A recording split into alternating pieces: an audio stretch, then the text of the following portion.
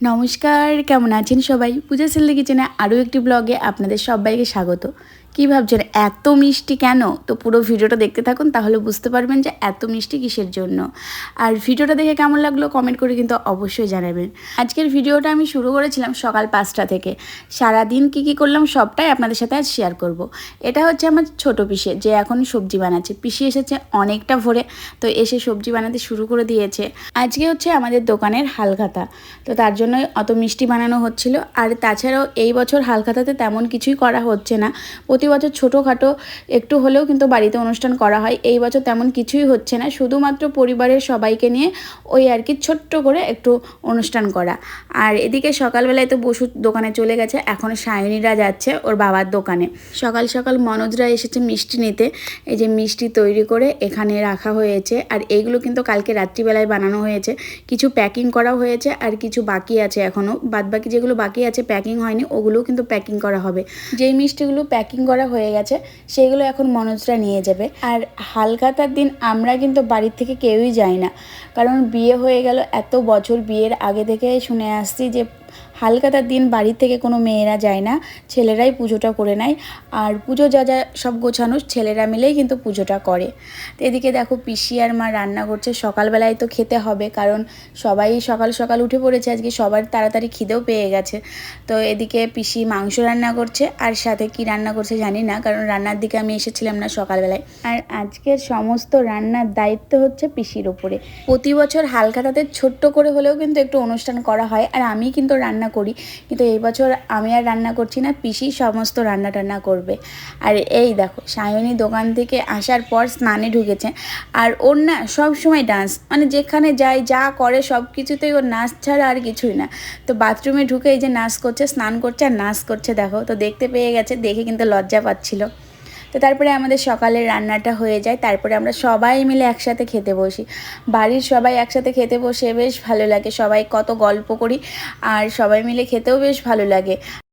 সায়ন দোকান থেকে এসে কিন্তু ল্যাপটপ নিয়ে বসেছে।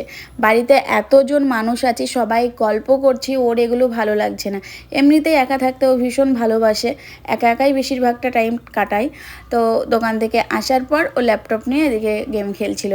এদিকে বাবাকে দিয়েছিলাম মাংসগুলো পরিষ্কার করে দিতে। তো বাবা এখানে বেসিংয়ের কাছে মাংসগুলো পিস করে নিচ্ছে, কারণ অনেক বড় মাংসর পিসগুলো ছিল, সেগুলো ঠিকঠাকভাবে কেটে নিচ্ছে। আর দিদিকে বলা হয়েছিল মশলাগুলো সমস্ত করে দিতে, তো দিদি সেইগুলোই করছে। তারপরে দেখো পিসি তো নিচে চলে গেছে রান্না করতে, আর এখানে আমাকে একটু রান্না করে দিচ্ছে দিদি। এটা হচ্ছে আমার বড় যা, একদম কম তেল মশলা দিয়ে আমাকে রান্না করে দিয়েছে, কারণ পিসি যেই সকালবেলায় মাংসটা রান্না করেছিল ওতে অনেক তেল মশলা দেওয়া ছিল, ওইগুলো আমার খেলে সহ্য হবে না, পেট ব্যথা হবে। তার জন্য দিদি অল্প করে তেল মশলা দিয়ে আমাকে একটু রান্না করে দিচ্ছে। আর পিসি এমনভাবে রান্না করছে, আমার তো হাসতে হাসতে পেট ব্যথা, কারণ রান্না করছে তো গোডাউনে, আর গেটটা দিয়ে দিয়েছে। এই গরমের ভেতরে, এই গোডাউনের ভেতরে রান্না করছে, একটু তো হাওয়া আসছে না, প্লাস গেটটাও লাগিয়ে দিয়েছে। আমার এত হাসি পাচ্ছিল, তো জিজ্ঞাসা করছিলাম তুমি গেটটা লাগিয়ে দিয়েছো কেন? বলছে রাস্তার ধারে প্রচণ্ড ধুলো আসছে আর রোদের তাপটা আসছে, তার জন্য কিন্তু গেটটা লাগিয়ে দিয়েছে। তারপরে আমাদের ডাইনিংটা পরিষ্কার করে দেওয়া হলো, ডাইনিং থেকে সোফাটাও হেঁটে নেওয়া হয়েছে। আর বললামই তো তেমন কাউকেই বলা হয়নি, তো বাড়ির কয়েকজনকেই বলা হয়েছে, মানে ফ্যামিলি নিয়ে আজকে ছোট্ট করে একটা অনুষ্ঠান, তো এখানে ডাইনিংয়েই খেতে দেওয়া হবে। আর এদিকে নিরামিষ যে রান্নাগুলো সেগুলো হচ্ছে এখানে দিদি, মানে আমার বড় যা রান্না করছে। এখানে চাটনি হয়ে গেছে, ডাল করেছে, একটা শুক্তো তরকারি করেছে, আর মাছটা রান্না করেছে পেঁয়াজ রসুন ছাড়া। অনেকে তো মাছ খায় পেঁয়াজ রসুন ছাড়া, তো সেই মাছটা এখানে রান্না করেছে। আর দিদি নিচ থেকে খাবারগুলো নিয়ে এসে এখানে রাখছে, বলছে তুই ভিডিও করছিস, আর আমি হাঁপিয়ে যাচ্ছি। আসলে নিচের গোডাউন থেকে দোতলা পর্যন্ত খাবারগুলো যেই আনবে সেই কিন্তু হাঁপিয়ে যাবে। তারপরে দোকানে সবাই চলে এসেছিল, খাওয়ার টাইম হয়ে গেছে, অনেকটাই বেলা হয়ে গেছে, সবাইকে একসাথে খেতে দেওয়া হলো। আর আজকে শুধুমাত্র বলা হয়েছিল আমার দাদাদেরকে, তাছাড়া কিন্তু আর কাউকে আমি নিমন্ত্রণ করেছিলাম না, তো দাদারাই এসেছিল, তাছাড়া আর কেউ না। তারপরে দেখো যেই মিষ্টিগুলো বাকি ছিল সেই মিষ্টিগুলোও প্যাকিং করা হয়ে গেছে, আবার আজকে মিষ্টি বানানো হচ্ছে। তো এখন ওই 4টে বাজে, 4টের সময় মিষ্টি তৈরি করতে এসেছিলো। আর এই যে এই রসগোল্লা দেখতে এত ভালো লাগছিল, দেখে মনে হচ্ছিল যে কয়েকটা খেয়ে নিই। গরম রসগোল্লা কিন্তু অনেকের ভালো লাগে, আমার তো অনেক ভালো লাগে। তো রসগোল্লা দেখতেই অনেক সুন্দর লাগছিল। আর আমাদের প্রতি বছরই কিন্তু মিষ্টি বাড়িতে তৈরি করে হালখাতা করা হয়। আর এক রকমেরই মিষ্টি করে, অনেক রকমের মিষ্টি তৈরি করে না, শুধুমাত্র রসগোল্লাই তৈরি করে। আর এই রসগোল্লাটা খেতে আমার অনেক ভালো লাগে, কারণ দোকানের থেকে এই রসগোল্লাটা একটু অন্যরকম বলতে একটু টেস্টটা অন্যরকম, আর দোকানের থেকে অনেকটাই বড় সাইজ। আর তাছাড়াও টাটকা জিনিস তো সবসময় সবার ভালো লাগে। তো এখানে মিষ্টিগুলো বানানো হচ্ছে, এরা 4 জন মিলে মিষ্টিগুলো বানাচ্ছে আর স্বপনদা মিষ্টিগুলো তৈরি করছে। তাই দেখো গরম গরম মিষ্টি কিভাবে বানায়, দেখো কত সুন্দর লাগছে না দেখতে। সব থেকে ভালো লাগে এই যে মিষ্টিগুলো যখন ফুলে যাবে না, তখন আরও বেশি ভালো লাগে। তারপরে পিসি এখানে ভাত রান্না করছে, কারণ রাত্রিবেলাকার আবার রান্না করতে হবে। তো সমস্ত কিছুই আছে, শুধু ভাতটাই ফুরিয়ে গেছিলো। তো তার জন্য পিসি নিচ থেকে একবারে ভাতটা রান্না করে নিচ্ছে, কারণ নিচে বড় ওভেন আছে, তাড়াতাড়ি ভাতটা হয়ে যাবে। আর আমি স্বপনদাকে বলেছিলাম যে আমাকে একটু ছানার জিলাপি বানিয়ে দিও।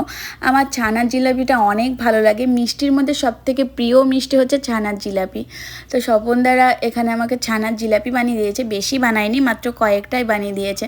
তো আমি শিখে নিলাম কিভাবে ছানার জিলাপি বানাতে হয়, আপনাদের সাথে একদিন শেয়ার করব। তো খুব সহজ। আর দেখো সবথেকে ভালো লাগছে এই যে কিভাবে হাতের উপরে এই যে ছানাগুলোর মানে জিলাপির প্যাচ করে তার উপরে তেলের উপরে ভেজে নিচ্ছে।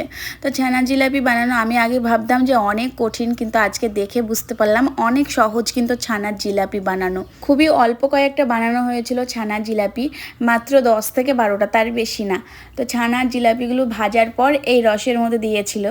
তা আমি আপনাদের সাথে অবশ্যই একদিন শেয়ার করব এই ছানার জিলাপি কিভাবে বানায়। যারা জানে না তারা শিখে নেবে, আর যারা জানে তারা তো পারেই কিভাবে বানাতে হয়। তো এদিকে গরম গরম মিষ্টি নিয়ে এসে কালুকে বলছে, কালু মিষ্টি খা, মানে সানা মিষ্টিটা এনে। আর কালু কিন্তু অনেকগুলো মিষ্টি খেয়েছে। আমি কিন্তু সত্যি বলছি প্রথমে জানতাম না যে মিষ্টি খাওয়াতে নেই। তো ভাই অনেকগুলো মিষ্টি খাইয়ে দিয়েছে, আর কালুর এত পছন্দ হয়েছে মিষ্টিগুলো, মানে মিষ্টিগুলো খেতে ওর ভালো লেগেছে, ও আবার চলে আসছে মিষ্টি খেতে। তো দিদি এইদিকে মিষ্টিটা নিয়ে নিল, বললো আর খাওয়াতে হবে না, কারণ 2-3টে খাওয়ানো হয়ে গেছে। তো দিদি আবার সেই মিষ্টিটা সানার কাছ থেকে কিনে নিল, কিন্তু কালু ঘুরঘুর করছে ও মিষ্টিটা খাবে বলে। কালুর মুখটা দেখে ভীষণ খারাপ লাগছে, কারণ ওর মন খারাপ হয়ে গেল ওর কাছ থেকে মিষ্টিটা নিয়ে নেওয়া হলো বলে। তো ভাই জিজ্ঞাসা করছে, কিরে কালু মিষ্টি খাবি? সানাও জিজ্ঞাসা করছে, বাবা তুমি মিষ্টি খাবা? তো কালু দেখো চুপচাপ বসে আছে। তো এই ছিল আজকের ভিডিওটা। এখন অনেক রাত্রি হয়ে গেছে, আমরাও উপরে চলে যাব। তো কেমন লাগলো ভিডিওটা কমেন্ট করে কিন্তু অবশ্যই জানাবেন। তো চলুন সবাইকে টাটা বাই বাই, সবাই ভালো থাকবেন, সুস্থ থাকবেন, অবশ্যই নিজের খেয়াল রাখবেন। আজকের ভিডিওটা এখানে শেষ করছি, দেখা হবে আবার পরের কোনো নতুন ব্লগে।